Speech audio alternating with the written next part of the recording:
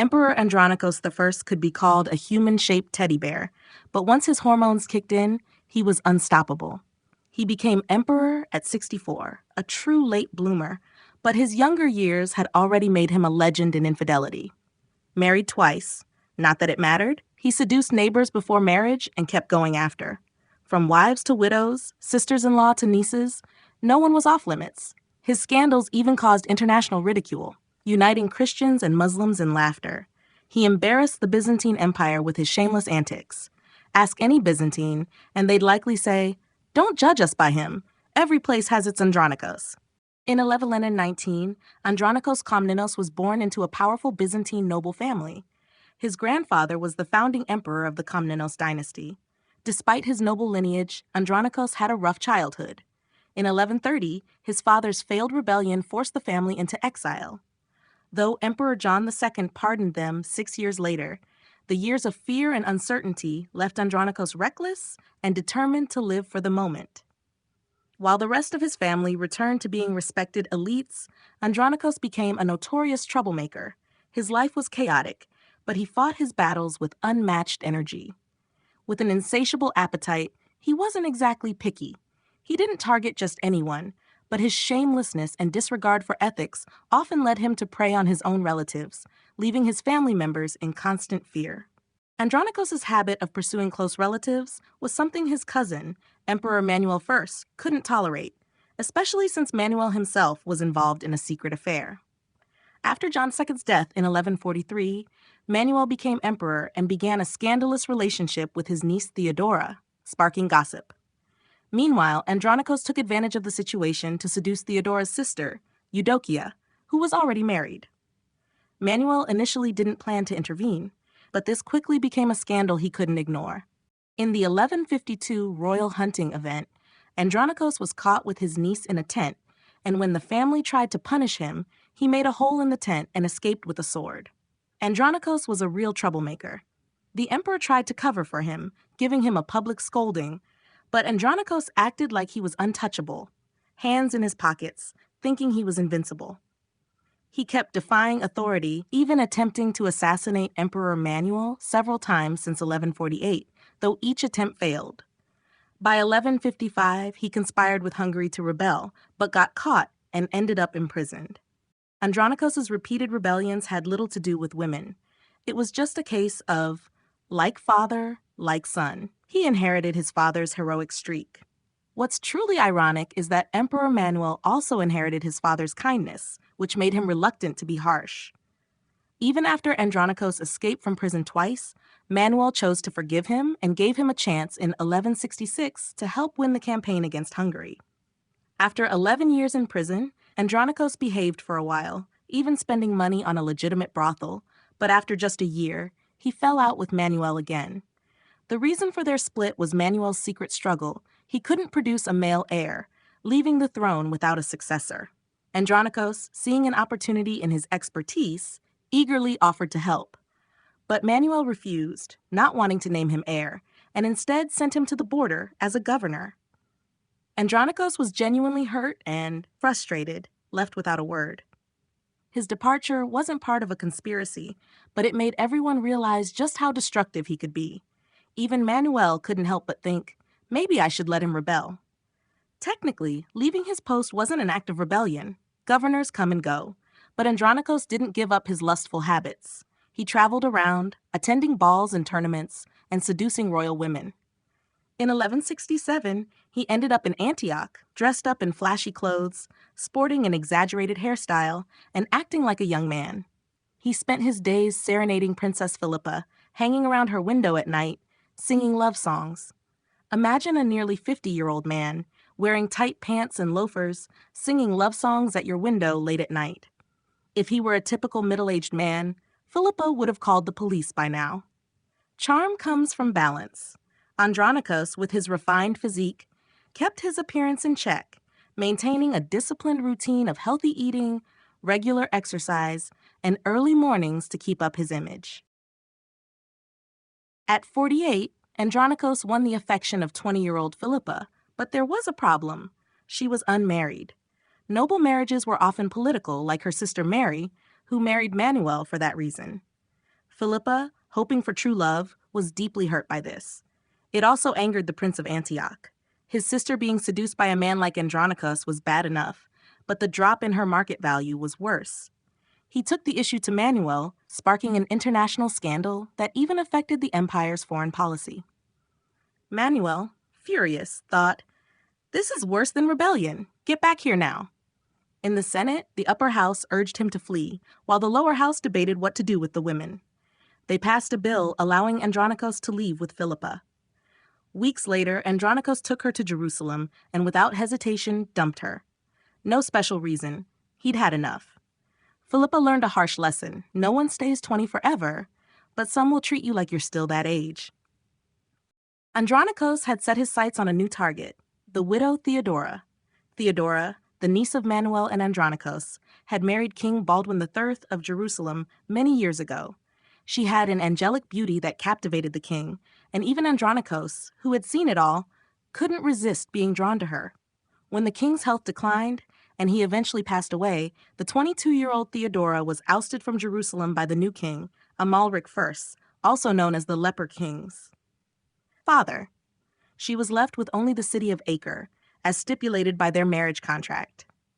Acre, a city from the Crusader era, was a mix of politics, military, and economy, but not a place for living. Ravaged by war and filled with people from all over, it had been in turmoil for years. Theodora, though stunning, had no man daring to approach her. If things went as expected, she would live out her widowhood in solitude behind high walls, while the Jerusalem royal family regained control of Acre. Under royal pressure, she had become untouchable, like a thorny rose. But Andronicus was not one to be deterred. He was determined, ignoring the royal warnings. He serenaded Theodora at her window and, after taking a few slaps, took the hint. Late one night, he slipped into her room. The wind howled as the storm knocked over pots and furniture, but Theodora was not dissuaded. Though their bloodline was somewhat close and the age gap noticeable, she saw this as her only chance to break free from the chains of tradition and embrace love once again. To her surprise, Andronicus responded with passionate, lasting devotion. He truly fell in love and realized that his past understanding of love was shallow. Now he only wanted to embrace pure love and leave his past behind. The king of Jerusalem hesitated to act against a Komnenos, and the issue was escalated to Manuel. The emperor was on the brink of collapse. Derek wrote to the authorities, requesting his cousin's extradition for incest, threatening to gouge out his eyes. Fortunately, the letter was intercepted by Theodora, the ruler of Acre, who warned her lover to flee. Andronicus, surprisingly on the same page, agreed. "You can come, but only if you don't talk about anything less than pure love." Days later, while leaving Jerusalem, they were ambushed. Andronicus, a fugitive, kidnapped both of them, starting their journey into exile. The escape went smoothly, as the Jerusalem authorities were focused on Acre's situation rather than tracking them down. Theodora benefited from the escape, making it a win-win for both. The scandal spread, breaking ideological boundaries and becoming a popular topic for both religions. Muslims, eager for gossip, warmly welcomed the exiled royals, who traveled through lands like Damascus, Baghdad, and Haran. Andronicus felt like he had returned to the past, but this time he was the father. Theodora gave birth to a son and a daughter, and his legitimate son, John, joined them. The family settled in a castle granted by a Turkish emir. By then, Andronicus, aging but still physically strong, had found peace. He spent most of his time with his family, except for occasionally helping Muslim lords raid the Byzantine borders. If it weren't for imperial soldiers abducting Theodora, Andronicus would have peacefully spent his remaining years with his loved ones. In 1180, Andronicus returned to Constantinople, shackled in chains, arrested by none other than himself. His self-imposed punishment shocked the entire city. No one could believe he had become a prisoner for a woman, and even Manuel thought he had lost his mind. Andronicus explained that his relationship with her was love, something Manuel could never understand. Manuel never would, as it was the last year of his life. Before passing away, Manuel decided that with Theodora by his side, Andronicus wouldn't cause trouble. He not only released Andronicus and his family, but also gave them land on the northern shore of the Black Sea for their retirement. But shortly after, Theodora died from illness. Death comes to all, either light as a feather or heavy as a mountain. Theodora's death was sorrowful, but in the face of the emperor's passing, it seemed minor. Manuel had a son late in life, and when he died, his son Alexios II was just 12. This triggered a fierce regency struggle with factions led by Empress Maria and Princess Maria. Meanwhile, local powers like Andronikos began to stir. Heartbroken after Theodora's death, Andronikos, feeling lost, decided to rebel. He started gathering troops, but his plans were uncovered by Princess Maria, who was already in retreat. In the end, she sent for Andronikos to march on the capital and seize power, starting a new rebellion. Andronikos' takeover of the throne went unexpectedly smoothly. Amid long-standing ethnic tensions, a massacre of Latins broke out in Constantinople. While Andronikos didn't orchestrate it, he used the opportunity to present himself as the leader against the Latins, gaining widespread Greek support and quickly overthrowing the Latin faction led by Empress Maria. Though known for indulgence and lust, the people hoped his experience and seniority would make him capable of governing the young emperor. They didn't realize, however, that power can be more addictive than women. Right from the start, Andronikos showed a ruthless side. He not only allowed the Latin massacre, but also systematically removed his rivals.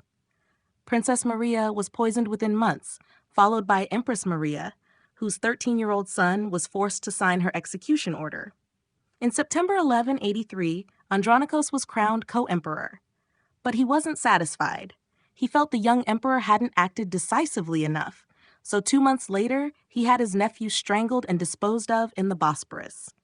This drew widespread condemnation, but Andronikos saw it as a sign of strength and publicly accepted the criticism. His ministers and citizens offered advice, leading to reforms that aimed to address the issues that had arisen. Andronikos became infamous as a tyrant in later history, largely because of his ruthless actions. He had many people killed, regardless of whether they were guilty or not. It was clear who shouldn't have been killed, but who was fair game? The answer: corrupt officials. By the time Andronikos took power, the Komnenian system had been in place for a century, and its flaws had become glaring.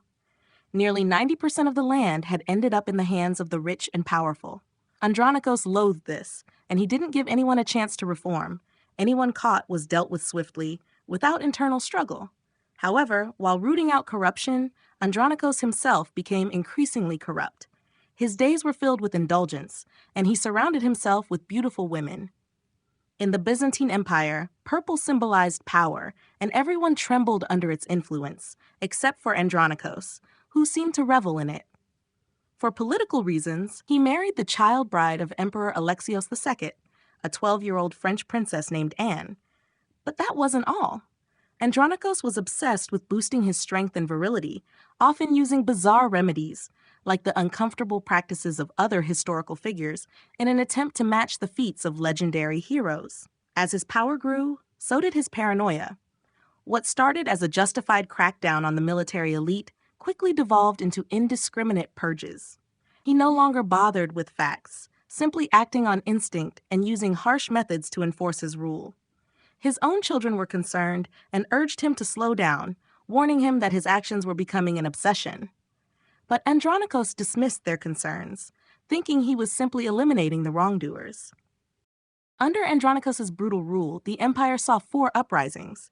Corruption was reduced, but rebellions spread. Meanwhile, foreign powers like the Holy Roman Empire, Hungary, and Sicily seized Byzantine territory.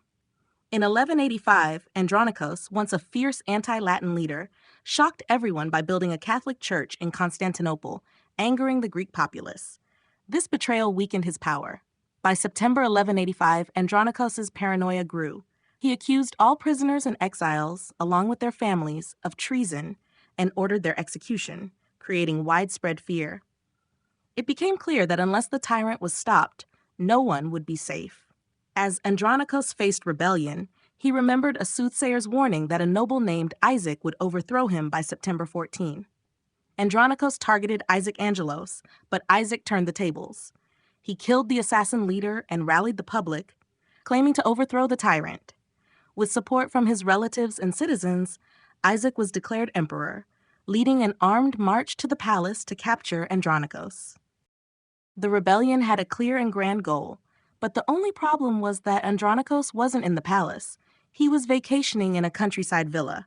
However, fate had a hand in it. For once, Andronikos decided to take an unconventional route. Confidently, he returned to Constantinople, ordering his guards to shoot arrows at the rebels and even personally taking up arms. But when the blood no longer instilled fear, he removed his crown, took off his purple robes, and put on a simple barbarian cap to escape in disguise. Just as his boat was about to leave the Bosporus, several warships blocked his way. The violent reign was nearing its end. Andronikos was once again returned to Constantinople in chains, arrested before being tried. Isaac wasn't Manuel. He immediately disarmed Andronikos, locking him up and later parading him through the streets. People took out their anger, throwing stones, fists, and even waste at him.